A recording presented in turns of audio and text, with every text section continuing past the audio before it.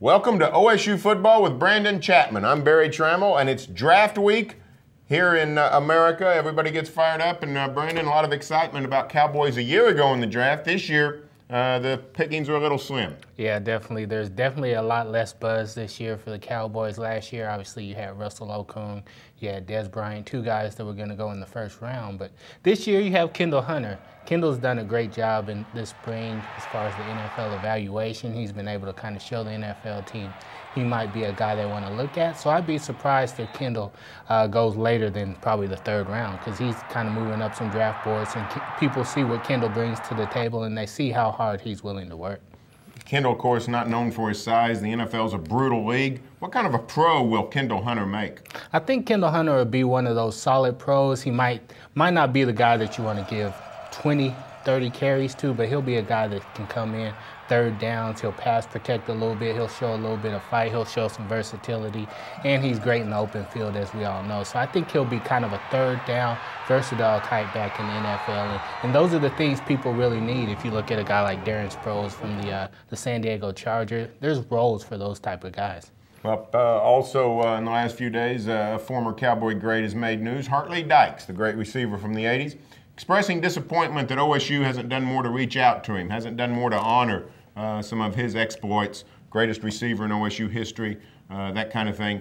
However, of course, we all know Hartley Dykes was at the center of the recruiting scandal, helped get OSU on probation. A lot of dialogue. What should OSU do for Hartley Dykes? Where does that stand? What do you think is going to happen with this issue?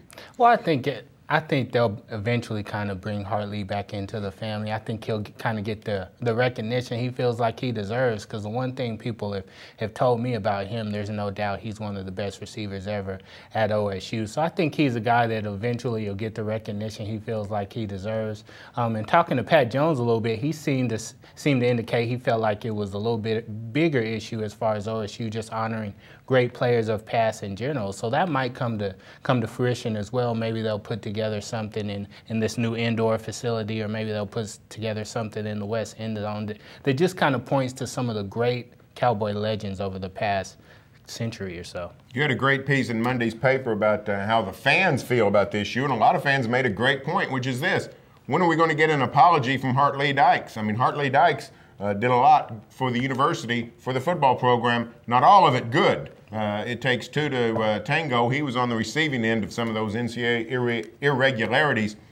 Any chance that we will see an apology out of Hartley Dykes? I think that's really what it comes down to. If Hartley came out and just apologized and just made it clear that, hey, you know, I was young, I made a mistake, I played a role in this, and I apologize to OSU, I apologize to the fan base, that would take a great step forward in terms of having some people forgive him, because a lot of people said, hey, that's all we really want from him is some kind of apology, some kind of remorse on his part, just saying, hey, I'm sorry I put OSU in this situation. So if he was able to do that, I think that would be a great step forward as far as some of the people who do continue to hold a grudge against Hartley kind of forgiving him. Well, thanks a lot, Brandon. Stay tuned for further OSU football coverage here on News OK and every day in the Oklahoman.